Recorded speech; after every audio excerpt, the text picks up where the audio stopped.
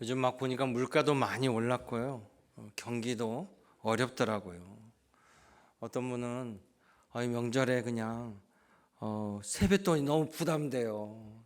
막 조카도 많고 손주도 많고 그래서 더 섬에 들어가기가 걱정돼요. 막 그런 분들도 들었습니다.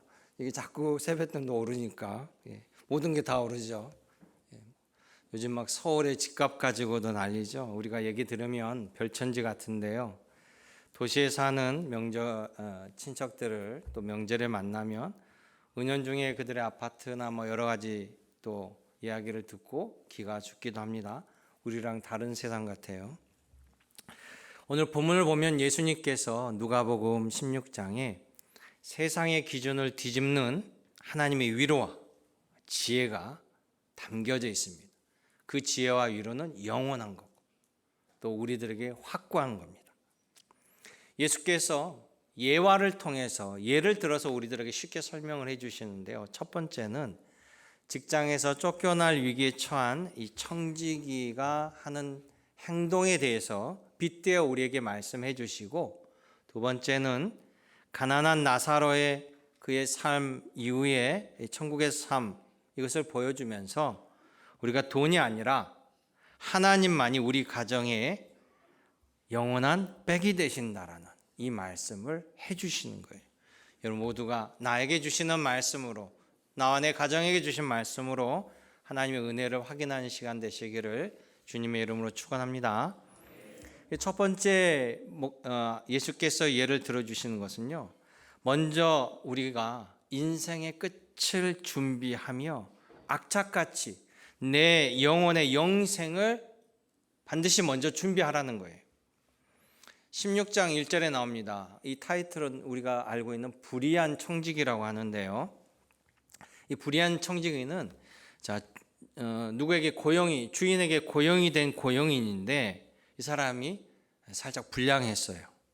그래서 적당히 재정에 또 자기의 이익을 취하다가 주인에게 들킨 겁니다. 주인이 믿고 맡겼는데 그런 모습을 보고 2, 3일 내로 정리하여서 이제 더 이상 나오지 말아라 라고 해고 통보를 해요. 그러니까 이 고용인에게는 인생의 최대 위기입니다. 그러면서 이 사람은 머리를 열심히 굴립니다. 내가 이제 그만두면 뭘 먹고 살지? 그러면서 한 가지 아이디어를 냅니다. 아직 3일이 주어졌으니 이 남아있는 시간에 주인에게 빚진 사람들, 이 사람은 재정을 담당했기 때문에 그 모든 걸 속속들이 알고 있죠. 우리 주인에게 빚을 진 사람들을 찾아가서 자기가 중간에 제멋대로 빚을 탕감해줘 버려요. 줄여줍니다. 그러면서 자기의 후일을 도모하는 거예요. 누이 좋고 매부 좋고, 그래서 나는 그 사람의 빚을 장부를 조작을 해주고 또 나중에 여기 그만뒀을 때 자기를 받아주거나 도와주는 것을 미락을 맺습니다. 자기 편을 만드는 거죠. 그러면서 예수께서 뭐라고 하냐면, 이렇게 세상 사람들이 악착같이 노를 준비하는 이 악한 지혜로움을 봐라. 그걸 칭찬했다고 해요. 그 역으로 이야기한 거죠. 역으로. 그들의 행위가 잘했다고 하는 것이 아니라 저렇게까지 불의를 하면서도 자기의 미래를 철저하게 대비하는데, 너희는 하나님의 진리를 알고 또 이 땅의 삶 이후에 우리가 하나님께로 가고 또 하나님의 모든 것을 아는 바로 너희들이, 그리스도인들이 영원한 삶, 천국의 삶을 먼저 준비해야 되지 않겠느냐라고 역설적으로 하시는 말씀이에요. 이 땅의 삶 이후에 우리는 누구에게나 하나님 심판의 때가 옵니다. 죽음의 이후에 선을 행하는 자는 영생의 부활로, 악을 행하는 자는 영벌의 심판으로, 부활로 주님 말씀하잖아요. 그러니 하늘의 상급을 쌓으라는 거예요. 우리는 언젠간 하나님 앞에 설 때 주님께 무엇을 내세우겠습니까? 그러니 너의 영혼, 너의 가족의 영혼을 준비하라는 거예요. 여러분 가운데 많은 분들이 이탈리아 여행을 갑니다. 이탈리아 여행하면 뭐 로마 정말 너무나 문화유산이 많죠. 특별히 믿지 않는 사람들도 뭐 유럽 또 동유럽 이렇게 여행을 갔다 오면요 그런 얘기를 하더라고요. 아니면 죄다 교회만 보고 온다는 거예요. 자기는 교인도 아닌데 크리스찬도 아닌데 갔더니 맨날 교회만 보여주는데 멋있기는 멋있대. 순 교회만 보고 왔어 이렇게 얘기해요. 크리스찬들은 보고 은혜 받고 감동을 받고 그러는데 믿지 않는 사람들은 그냥 건축물을 보고 오는 거잖아요. 이제 이태리를 가면 되게 로마는 당연히 가고요. 남부로는 뭐 소렌토나 또 폼페이를 갔다가 위쪽으로 올라가면 반드시 들리는 데가 뭐 피렌체 또 베네치아, 밀라노 이렇게 가는데요. 그 피렌체에 가면 이제 피렌체는 잊어버렸더라도 가죽 제품 많이 파는 곳 그러면 다 기억할 거예요. 그 피렌체에 메디치 가문이라는 가문이 있습니다. 거의 뭐 그 피렌체 동네에 거의 뭐 주인 같은 이 메디치 가문인데 이 메디치 가문은요 수많은 종교 예술가들을 키워낸 가문이에요. 그 유명한 미켈란젤로, 레오나르도 다빈치 그 외 수많은 예술가들을 후원하고 발굴하고 키운 사람이에요. 그리고 그들은 자신의 부로 하나님의 영광을 위해서 성화를 그리고 조각을 세우고 또한 수많은 교회들을 세웠습니다. 자신들의 헌금으로. 그래서 베드로 성당에 있는 천지창조라고 들어보셨잖아요. 또 최후의 심판. 이게 모두 메디치 가문이 키워낸 미켈란젤로의 손끝에서 나왔습니다. 메디치 가문이 왜 그렇게까지 했을까요? 전 재산을 쏟아 부으면서. 이 메디치 가문의 창시자는 조반니라는 사람인데요. 이 조반니라는 사람은 그 당시에 중세 때 지금 현재 은행 시스템을 거의 구축한 사람이에요. 그래서 수많은 고리대금으로 엄청난 유럽의 대부호가 됩니다. 그리고 로마 카톨릭의 모든 재정을 담당하는 은행이 돼요. 그런데 이 조반니는요 치명적인 두려움이 있었습니다. 당시 고리대금업자는 죽어서 지옥에 간다라는 큰 죄악으로 여겨졌습니다. 조반니는 은행을 통해서 고리대금으로 어마어마한 부를 축적했는데 늘 마음속에는 지옥의 공포 속에 떨었던 거예요. 이 불의한 재물이 나를 지옥으로 끌고 가면 어떡하나. 그래서 그는 결단을 내립니다. 내가 이 번 불의한 돈, 재물을 털어서 하나님을 위하여 교회를 짓고 하나님의 작품을 성경 그림을 그리는 예술가들을 후원하기로 결정한 거예요. 그래서 예술가들을 발굴하고 수많은 작품과 조각과 교회를 세웁니다. 메디치 가문은 잘 나가다가 100년 정도 지나서 그 은행은 파산하고 문을 닫았습니다. 세상의 재물은 사라졌어요. 하지만 그들이 하나님의 교회를 위해서 심어놓은 유산, 전 세계 수천 수만 명들이 지금도 이탈리아를 가서 레오나르도 다빈치, 미켈란젤로 그 외 수많은 예술가들이 만든 작품들 또 성당을 보면서 하나님의 위대함을 찬양합니다. 이 메디치 가문에서는요 나중에 4명의 교황을 배출하고 프랑스 왕비를 2명이나 배출합니다. 고리대금업자라는 비천한 신분이었지만 그 재물을 영원한 가치로 바꿨고 메디치 가문을 그 조반니를 누구도 고리대금업자를 하지 아니하고 이렇게 위대한 작품과 예술인들을 후원하는 위대한 가문으로 사람들은 기억하게 되었다는 거예요.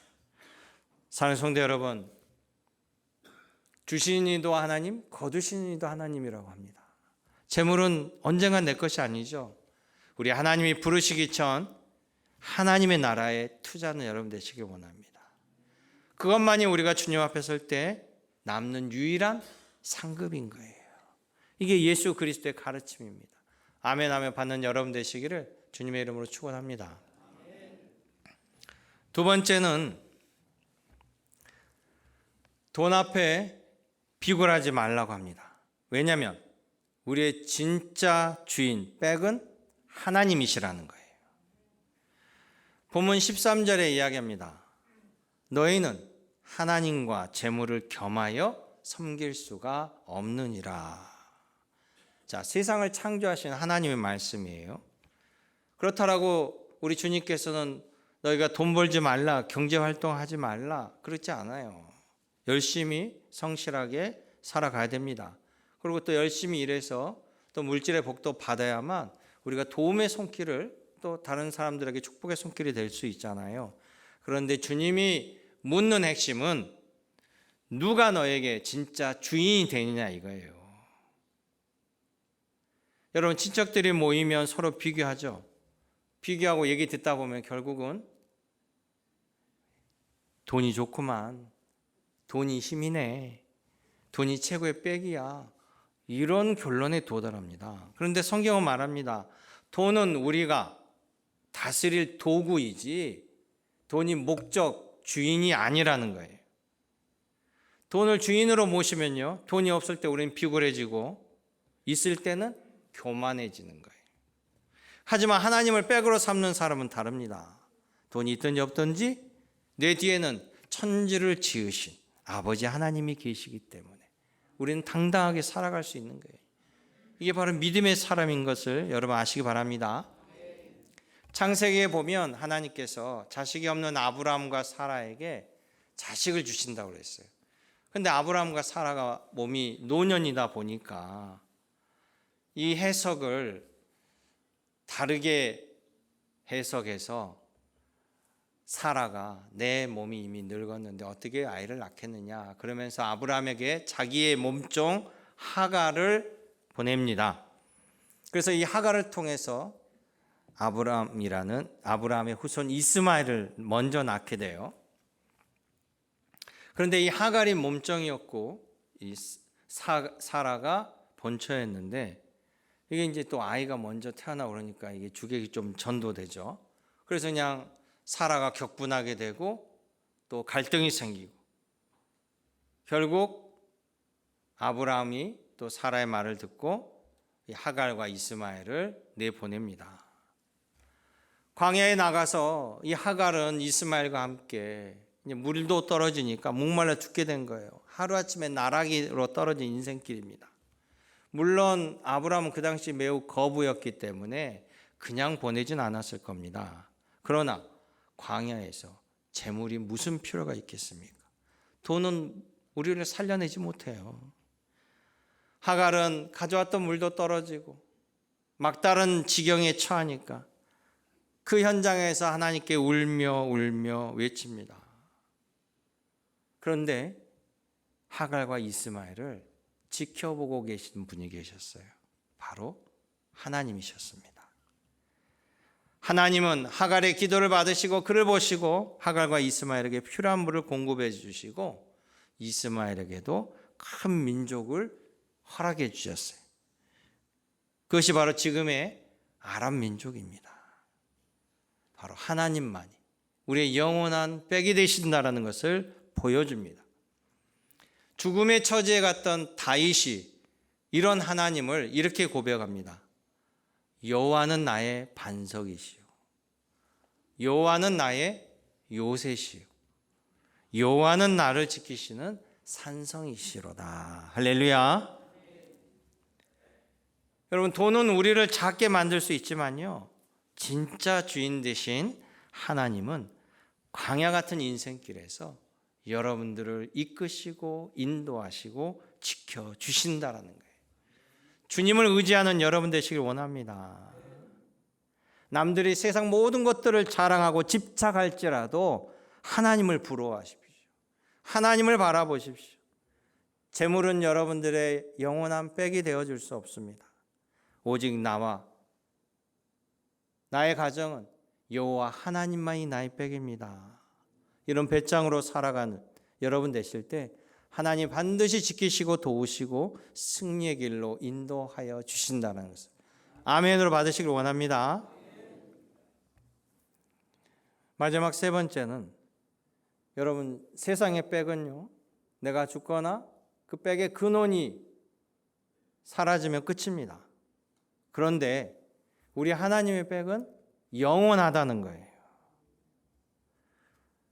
내가 죽어서 관뚜껑이 닫히는 그 순간 내 재물은 무슨 소용이 있습니까? 나의 인맥이 무슨 필요가 있습니까? 내 사회적 지위가 그 뒤로 나를 따라옵니까? 못합니다. 어떤 이들도 세상을 떠날 때 아무것도 가져갈 수 없습니다. 그런데 하나님의 백은 뭡니까? 하나님의 백은 내가 죽는 그 순간 하나님께서 천사를 보내서 나를 영접하신다라는 거예요. 죽음 이후에도 나를 책임지시고 우리를 천국의 삶, 내 아버지 전전, 내 아버지 집으로 인도해 주신다라는 거예요. 바로 그 놀라운 은혜와 은총이 하나님께 있습니다. 세상적으로는요, 여러 나의 배경이 되는 세상적인 백이 있을 수도 있잖아요. 나를 도와주던 유력한 사람도 있을 수 있고, 또 나의 비빌 언덕이 되어줄 부모님도 계시고, 큰 기업도 있을 수 있으나 부모님도 세상을 떠나고 대기업도 영원한 대기업이 없잖아요. 망합니다. 사라집니다. 그러나 우리 하나님은 어떻습니까? 어제도 계시고 오늘도 계시고 내일도 계시고 영원하신다라는 거예요. 여러분, 영원하다는 것 자체가 축복이면서도 영원하다는 것 자체가 두려움이에요. 우리가 영원한 기쁨의 삶을 살아가는 건 큰 축복이지만 영원한 벌로 살아가는 것, 영벌의 세계로 살아가는 것처럼 또 끔찍한 것도 없잖아요. 그래서 우리 하나님만이 영원히 망하거나 죽지 아니하신 우리들의 후원자 되신다는 거예요. 자, 예수님께서 마지막으로 이런 예화를 해줘요. 누가복음 16장에 부자와 나사로, 이 땅에서 부자로 살았던 한 부자와 또 같은 동시대 같은 근처에 살던 거지 나사로, 이들이 둘이 죽었는데 인생이 죽음 이후에 바뀌죠. 거지 나사로는 천국의 삶에, 부자는 지옥의 삶을 대비해요. 자, 부자는 그 당시에 자색 옷을 입고 호화롭게 살았습니다. 자색 옷을 입고 호화롭게 살았단 말은 뭐냐면 옷 자체를 염색할 수 있었다는 거예요. 염색 자체가 이미 이 부자들만 입을 수 있는 거죠. 그러니까 세상의 모든 백을 가진 사람이 이 부자였어요.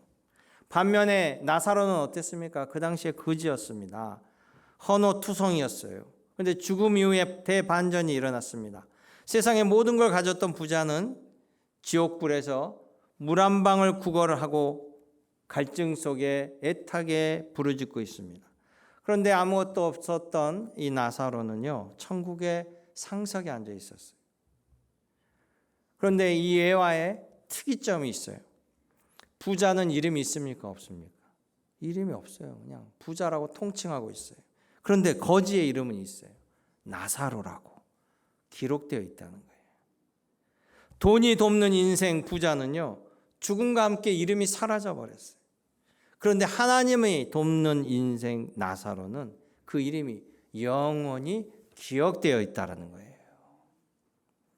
이 충격적인 사실을 안 부자는 여기 예화 속에서 그럽니다. 아브라함이여, 저를 잠깐이라 은혜를 베풀어 주셔서 나를 살아있는 내 가족에게 보내준다라면 내가 가서 이 모든 이야기들을 소상히 해서 어떤 가족도 지옥에 오지 아니하고 하나님이 예비한 이 천국의 삶을 누리도록 제가 가서 얘기 좀 하게 해주십시오. 그러면 형제들이 내 말을 듣고 믿을 겁니다 라고 애원했지만 안 된다고 얘기했어요. 왜냐?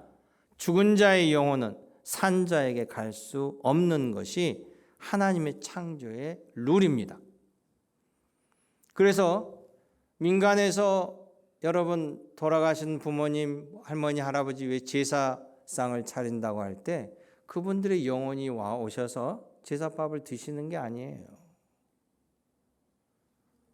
우리처럼 추도 예식을 드립니다. 살아생전 우리를 위해 헌신하고 수고했던 부모님을 기억하고 감사하고 함께 가족이 모여서 음식을 먹으며 그분들의 그 은혜와 은총을 기념하는 추도 예식이 맞는 거예요. 자, 예수님이 뭐라고 얘기하면 안 된다. 왜냐? 이미 그들에게는 하나님의 말씀 성경책이 주어졌지 않느냐? 하나님 말씀을, 성경책에 있는 말씀을 믿지 않는 자들은 죽은 자가 살아서 돌아왔다고 해도 의심하고 믿지 아니한다. 그러니 예수님의 말씀을 듣는 자가 복이 있고 말씀은 들음으로 믿음으로 역사한다고 하잖아요. 말씀을 듣고 믿는 자가 복되도다. 할렐루야. 여러분들이 그런 복된 자가 된 줄로 믿습니다. 주님의 은혜와 은총이 여러분 예수 그리스도 안에서 반드시 여러분에게 역사할 줄로 믿습니다. 여러분 각자는 어떤 이름으로 기억되기를 원하십니까? 인류의 이 건축이나 이 건설에 큰 혁명을 일으켰던 다이너마이트를 발명한 사람이 바로 노벨상을 제정한 알프레드 노벨이잖아요. 이 사람이 이 다이너마이트를 발명해서 정말 획기적인 진보를 이뤄냈는데요. 이 알프레드 노벨의 형 또한 이 석유 사업가로 매우 부자가 된 사람이에요. 그런데 알프레드 노벨도 당시에 프랑스에 살고 있었고 파리에, 그 형도 프랑스 파리에 살고 있었는데요. 이 형이 어느 날 세상을 떠납니다. 그런데 이제 알프레드 노벨이 워낙 유명하다 보니까 이 형 노벨이 죽었는데 이 알프레드 노벨이 죽었다라고 알려진 거예요. 그래서 신문에 부고 기사가 납니다. 그런데 그 제목이 매우 충격적이었어요. 그를 위대한 인류의 진보를 이룬 발명가가 아니라 죽음의 상인 노벨, 많은 사람들을 더 빨리 죽이는 방법으로 부자가 된 사람이 사망했습니다. 이 다이너마이트가 이제 전쟁의 이 폭탄으로 쓰여지면서 그런 부정적인 것들, 조롱적인 것들이 많이 당시에 있었던 거죠. 그런데 이 노벨은 그걸 몰랐던 겁니다. 그런데 다음날 아침에 신문을 보다가 자기 이름 부고 기사를 보고 깜짝 놀란 거예요.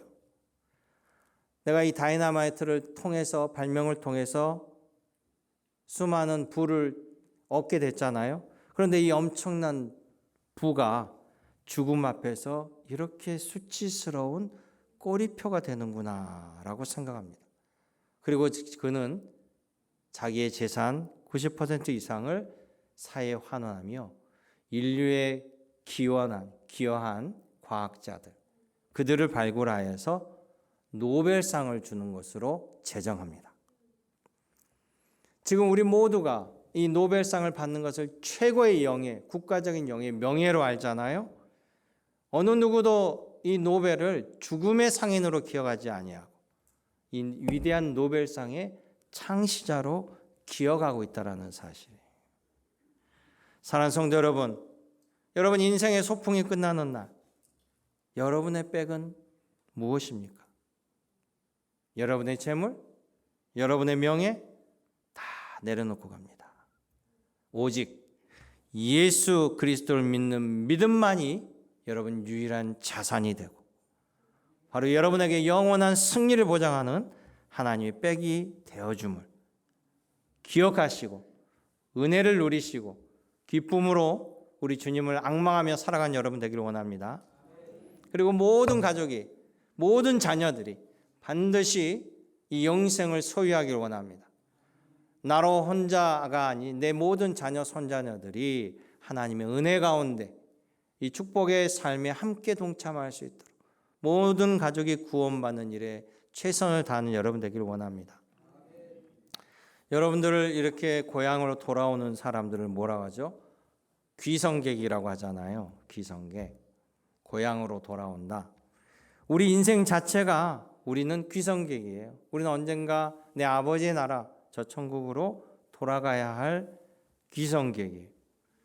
영원한 내 집이 있기에 이 땅의 삶이 때로 힘들고 고달플지라도 명절에 우리 고향에 가는 것을 생각할 때 설레고 기쁘고 그 맞이할 수 있는 그 마음이 있잖아요. 여러분, 명절에 고향에 온다는 것이, 살아계신 어머니 아버지 찾아뵌다는 것이 얼마나 기쁘고 감사한지. 내려오는 길은 힘들죠. 그리고 요즘에는 많이 좋아졌잖아요. 저 때만 해도 한 10여 년 전인가요? 20년 전인가.